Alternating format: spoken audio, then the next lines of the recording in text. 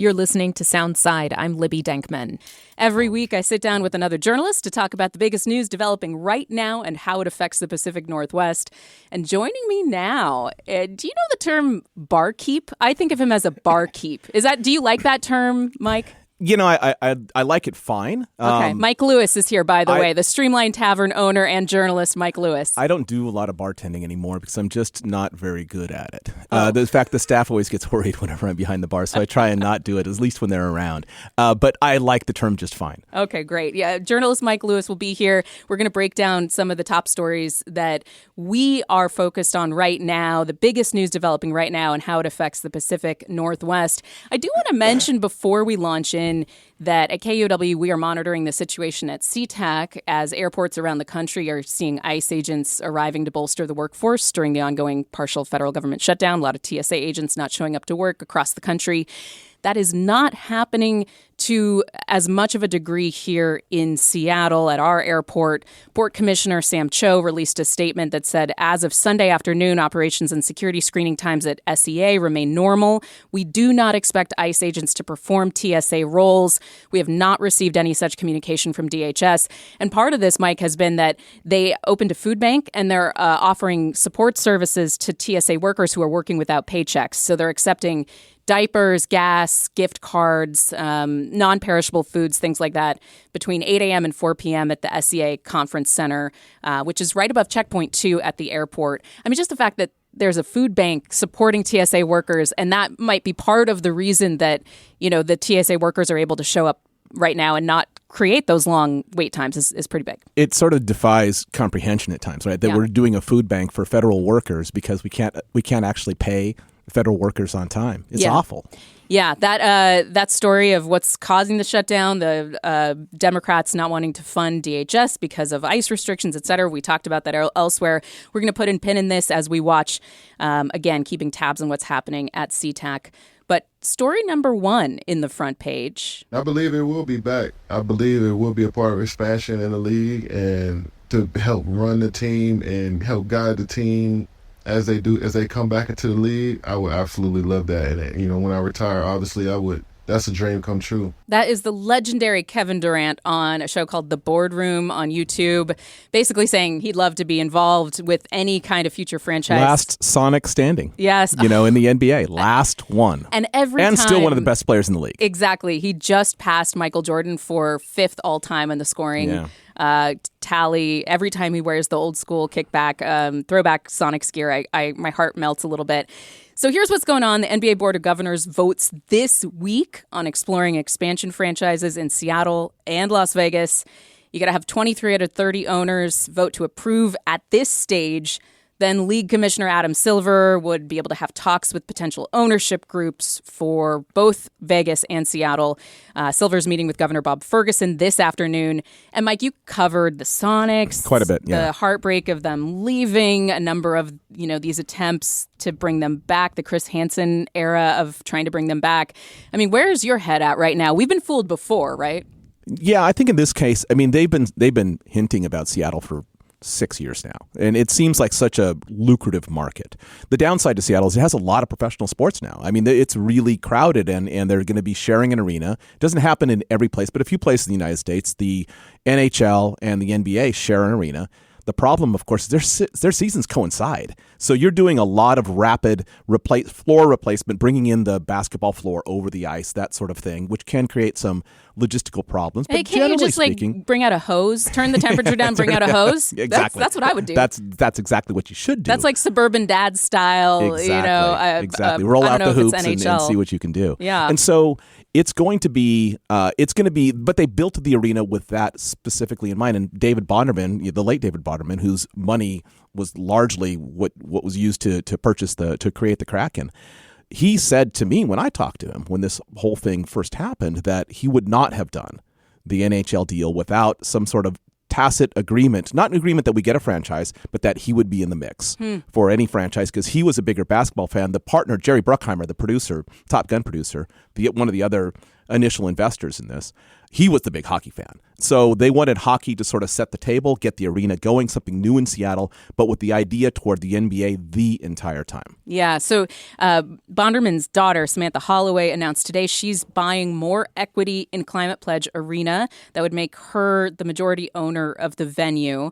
Developer Oakview Group will still be operating and booking Climate Pledge, but majority ownership changing is a very interesting timing considering there's going to be this Board of Governors meeting this week. She's also creating, Holloway is an umbrella sports organization called One Roof Sports and Entertainment that will, quote, oversee a growing profile of properties and fuel new opportunities. What could that be? So it sounds like this is a fulfillment of what Bonderman was talking about here. At least this ownership group would clearly be front of the line if there was an approval from the league owners to explore bringing the Sonics back. I can't imagine that they're probably number one and number two option right now in the NBA. And remember that when this was going on, the NBA had a few things it needed to do. It needed a new broadcast agreement, which it got. That set the table because remember, the owners, you have to ask yourself, why would owners vote against this? Well, they would vote against this because it means revenue sharing. And you add a couple more teams in and each cut gets a little bit smaller. So they want a team that is actually going to, in the end, make more money for the league than, and Seattle is one of those markets. But it took a while to get the owners because the NBA has always had like a little bit of a soft fan base. And so they're really in when your team is good, they're out when you're not. And they're not sort of as at the baseline. And it's a very expensive sport now like hockey is. I think now it seems like the table is set for this to actually happen and to happen probably for this group. You were mentioning before we got on the air that, the last few years of the Sonics here, 2006 to 2008 era, there weren't a lot of people in the stands. I was going to the games kind of regularly because, one, I'm a basketball fan. I was working at the Post-Intelligencer. It was only a walk uphill, right, from the PI building to that.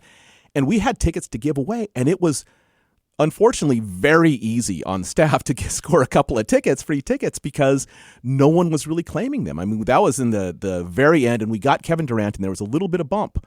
Everyone interest peaked, but we all knew that it was the Schultz and the city were not getting along on the arena deal as far as it led to other money that he wanted from the arena, and it was already pretty clear that the team was going, and people were kind of hostile, like, go ahead and go. We don't need you anyway. I mean, everyone romanticizes those last couple of years, but they weren't actually very solid for the Sonics, and people were pretty angry about it. Chris Hansen still owns all that land in Soto. Yes, he does. He did the big bid in 2013 to bring the Sacramento Kings up, which, was squelched in part by Mayor Kevin Johnson down in Sacramento, making a big alternate bid. And him funding an AstroTurf organization. There's all kinds of stuff. He got fined by the NBA $50,000. So he put in a $638 million bid. All he got out of that was a $50,000 fine for going behind their back to do things. And I think that also killed he didn't get along well with Mayor Ed Murray. Chris Hansen didn't. And he wanted to have that rezoning of Occidental down by the stadiums to build another arena. I think a lot of things were against his bid, but at least he got the whole process rolling. I mean, if you want to talk to somebody who got the NBA sort of like front and center in Seattle, Chris Hansen did do a lot of that work early on, but his ownership plan wasn't necessarily going to fly. Yeah, I still remember when they were talking about, maybe Bellevue, maybe Renton, we would see a stadium, pop up. But now it seems with the Kraken owners sort of positioning themselves, there's no reason, even with the scheduling challenges that you mentioned, it would have to take just like an incredible effort to try to, the idea of building a new stadium seems way further out. There's been a public, and I think this is a good thing, there's been a public push against publicly funded stadiums. I mean, we know, everyone who's spent a long time in Seattle remembers T-Mobile, the former, why am I forgetting, Safeco Field, and how much public money went into that, and then the cost overruns. Well, the same with Lumen. I mean, precisely. Paul Allen, one of the richest people in the world, got a huge amount of public funding. And that turned it, especially in this area. It can still happen in some places, but not in this area anymore. So you had an arena. It was sitting right there. It couldn't be changed into anything else. It makes complete, and it's urban, so you can actually build mass transit systems to service that. Yeah. It made more sense. Yeah. You're listening to Soundside on KUOW. I'm Libby Dankman, and rolling on with our next story on Front Page with Mike Lewis here as my journalist guest today. In my mind, when people say, why didn't you leave? why didn't you tell people, well, this is why? Because I felt that my coming out and saying that would have hurt the movement. That's the voice of Dolores Huerta, the labor and civil rights icon who co-founded the United Farm Workers with Cesar Chavez in 1962.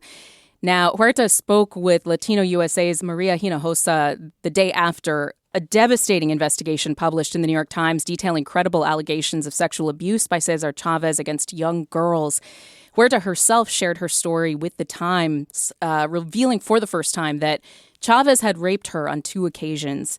Huerta said now she wishes that she had come forward at the time because maybe it would have stopped the abuse of those children. But she added that she thought that this was a private cross that she bore for the sake of getting people basic rights when they worked backbreaking jobs in the fields.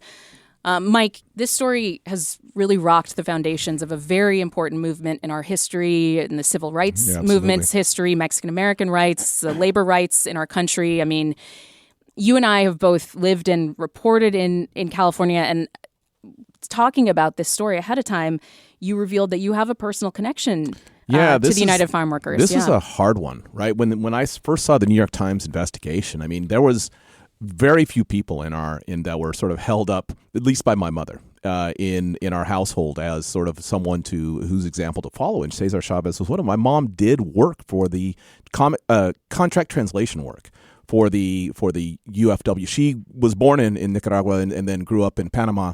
And she didn't speak English until she was 16 years old, and then became like ridiculously fluent. And the funny thing is, like, my dad is from Texas, my mom is from Panama, and we the running joke in the family was that they both spoke English as a second language. And but she was so adept at this sort of stuff that she did regular work in her side business, which was secretarial service, regular translation work for the UFW. I mean, we never had, my entire childhood, we never had table grapes. Because of the grape boycott, we never had table grapes in our house once. My mom was absolutely all in and did a lot of pro bono work for the UFW.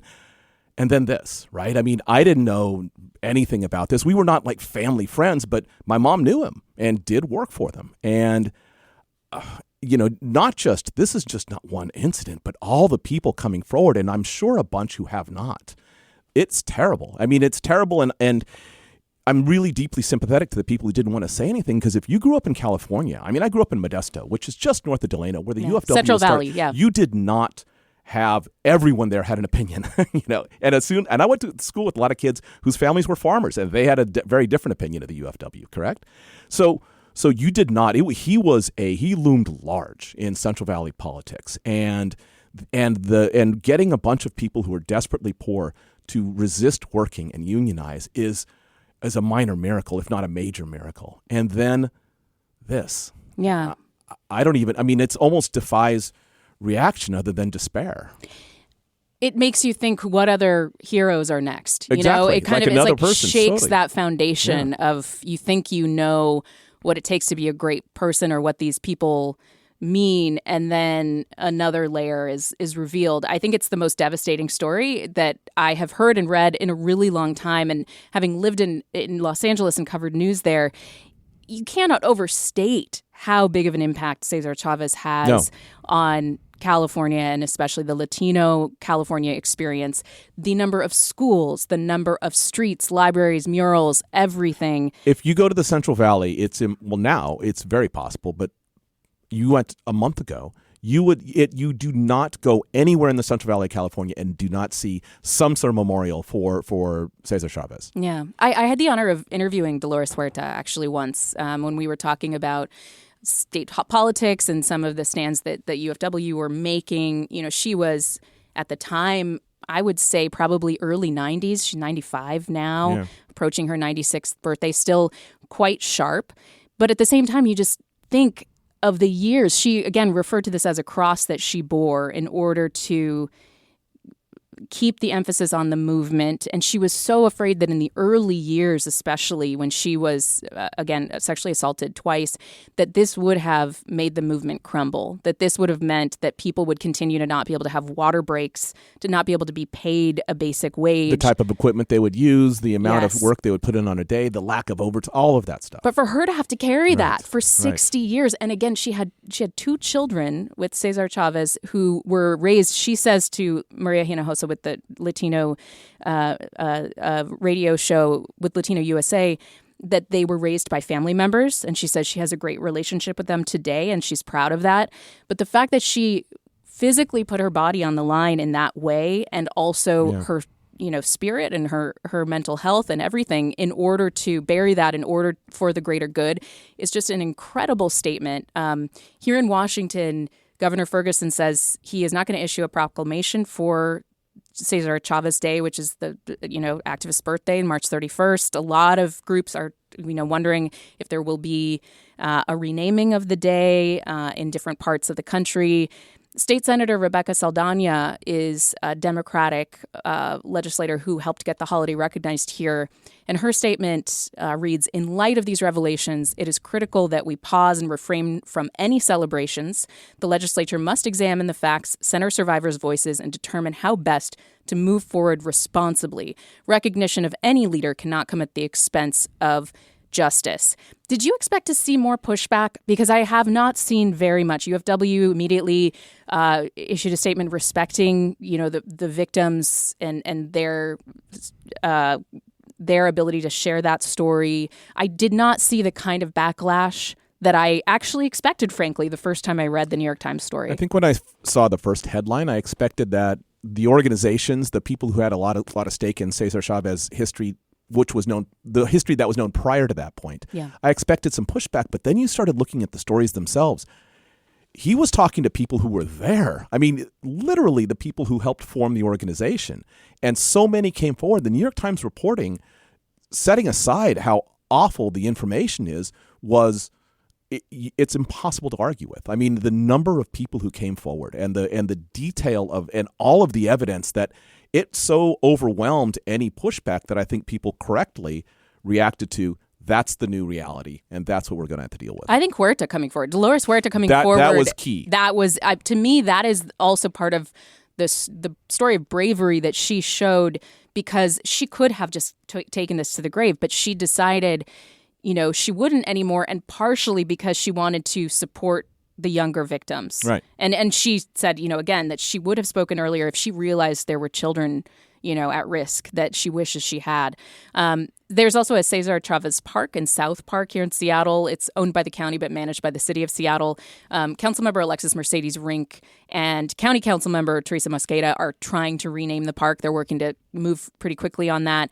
And here's just a brief mention of what is going on from Alexis Mercedes Rink. I think moving with immediacy sends a message to survivors out there that your abuser's legacy is not above accountability.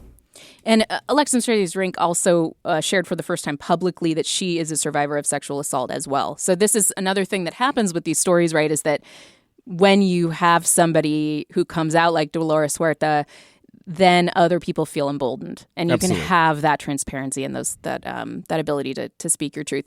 Okay, moving on to our final story here on Front Page.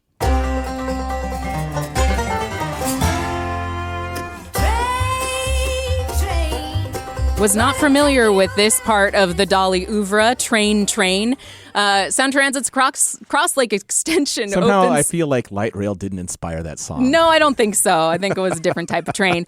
Cross Lake Extension, it opens on Saturday. It's the first light rail to run over a floating bridge anywhere in the world.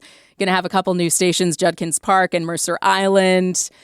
Mike, you're going to be able to ride all the way from, Federal Way to downtown Redmond, yeah. or Linwood to downtown Redmond. What do you think? You excited for this light rail finally to be connected? So we talked about this a little bit before the show. I was kind of excited, and then I recently did a quick vacation to Japan, and the rail system there is so otherworldly. Well, you can't. And then I compare it to came back and I was Japan. just sort of bummed at like, we've got like, this tiny little 2 different lines. But I will say I'm super happy about it. And I think in particular, the city has to be extremely happy about this because, and so do the East Side communities, because World Cup's coming. And that is actually going to allow a much different place for people where they can go, and where they can stay and things like that. And I think that's going to be a big help. Yeah. Bummer news to partner with this, though, is that Sound Transit is dealing with this almost $35 billion funding shortfall through 2046. And last week, we got the first set of new plans. Alternatives, it's kind of a menu of things, although, it's not clear if it will be... The new plans were just sort of fewer plans. Yeah, exactly. The menu is suddenly, it's not a Cheesecake Factory menu. It is a haiku. Exactly. And basically saying that you're going to have to dial back somewhere. And that includes maybe the West Seattle extension gets delayed, maybe Ballard. Issaquah. Ballard is... It seems like that's the one that's on all the menu options. Yeah. So Ballard folks really unfortunate for them. I think Issaquah and West Seattle's already got approvals. The federal government is backing it. That seems very far-fetched to slow down And West it also Seattle. has fewer ways of... remember when the bridge went down and how difficult it was and the problems. I think that did more to help West Seattle's push toward getting light rail than anything else. Yeah. Issaquah folks very worried that this is going to slow things down. But again, maybe something with King County can be achieved. That's something that we heard from Dow Constantine a few weeks ago when he was in studio. I am a rail person. I ride the train many days to work. I have said the service is improving. I feel safer on the train than I did when I first moved back to Seattle, 4 or 5 years ago. I agree. And this is just a really exciting time. I think, the first time getting to go across that bridge, I'm going to put my hands up and say "we" the whole time. And I got to say, still, the best deal in transit in America is the trip to the airport. Yes. It's so inexpensive and relatively reliable, and you don't have to get on I-5 or 99 to be able to do it. I do it all the time. So, I'm a fan. I want light rail to expand everywhere. I love mass transit. Everett and Tacoma, the other projects that could see some delays. But again, those have really big city and county backing. And I, think that when it comes to the folks in Ballard, that's going to be the one that's maybe easiest to lop off. But we'll see. Yeah. We'll see about the future. Mike Lewis, it's such a pleasure hanging with you, man. It's always good to see you. Really appreciate you coming in for Front Page. Thanks for listening to Soundside. Don't forget you can listen live on KUOW 94.9 FM Seattle at noon and 8 p.m. Monday through Thursday, or anytime online at KUOW.org or on your favorite podcast app.